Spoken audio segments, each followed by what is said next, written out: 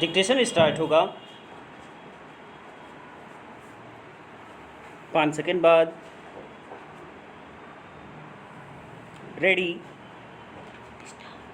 Start. यह दुर्भावपूर्ण और चिंताजनक है कि 21वीं सदी के इस युग में भी दहेज प्रताड़ना और हत्या जैसे जुड़े मामले सामने आते रहते हैं।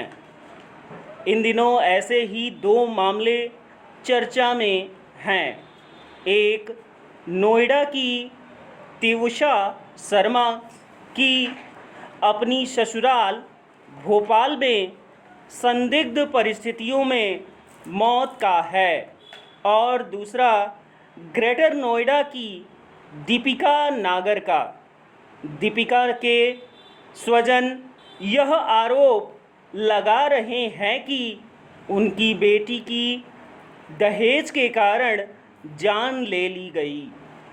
भोपाल के मामले ने तो इतना तूल पकड़ा कि मध्य प्रदेश सरकार ने जांच सीबीआई को सौंपने का फैसला किया। दीपिका के भी स्वजन अपनी बेटी की मौत के मामले की उच्च स्तरीय जांच की मांग कर रहे हैं। दीपिका के परिवार के लोगों की माने तो उन्होंने उसकी शादी में 1 करोड़ रुपए से अधिक खर्च किए और वर पक्ष को बहुत से उपहार दिए थे।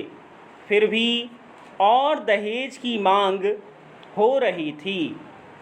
तिवुषा शर्मा के ससुराल वालों पर भी दहेज प्रताड़ना के तहत मामला दर्ज किया गया है। ये दोनों ही परिवार आर्थिक रूप से संपन्न हैं, इसलिए इस नतीजे पर पहुंचने की व्यवस्था है कि दहेज के मामले केवल गरीब और शिक्षित परिवारों तक ही सीमित नहीं हैं। चूँकि दोनों ही मामलों की जांच जारी है, इसलिए अभी अंतिम निष्कर्ष पर नहीं पहुंचा जा सकता।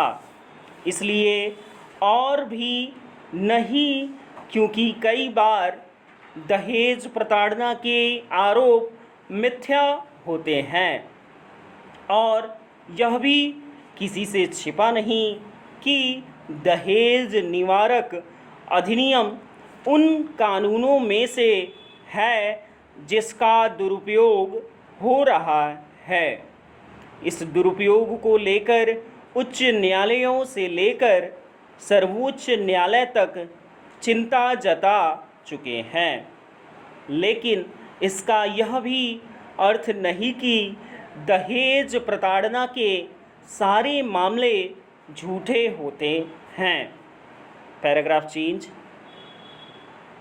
यह एक कटु सच्चाई है कि कई बार वधुएं दहेज के कारण इतना प्रताड़ित होती हैं कि वे आत्महत्या कर लेती हैं।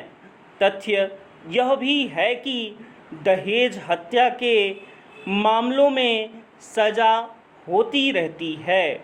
ऐसे मामले सभ्य समाज के लिए शर्म की बात है।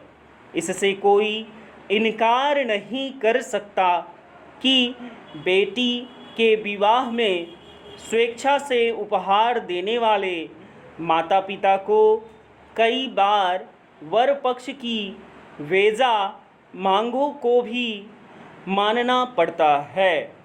वास्तव में ऐसे मामलों की गिनती करना कठिन है जिनमें दहेज मांगा जाता है। कुछ मामलों में तो विवाह के बाद भी दहेज की मांग होती है। ऐसा उन युवतियों के साथ भी हो रहा है जो नौकरी करती हैं। राष्ट्रीय अपराध रिकॉर्ड ब्यूरो के अनुसार 2024 में दहेज हत्या के 5,337 मामले दर्ज हुए। हमें यह सच स्वीकार करना होगा कि दहेज एक सामाजिक बुराई के रूप में हमारे बीच अब भी मौजूद है। इस बुराई को केवल कानून के सहारे खत्म नहीं किया जा सकता, इसमें समाज का सहयोग आवश्यक है। दहेज प्रताड़ना और हत्या के मामले यही बताते हैं कि हम अभी आदर्श समाज बनने से दूर हैं। विराम।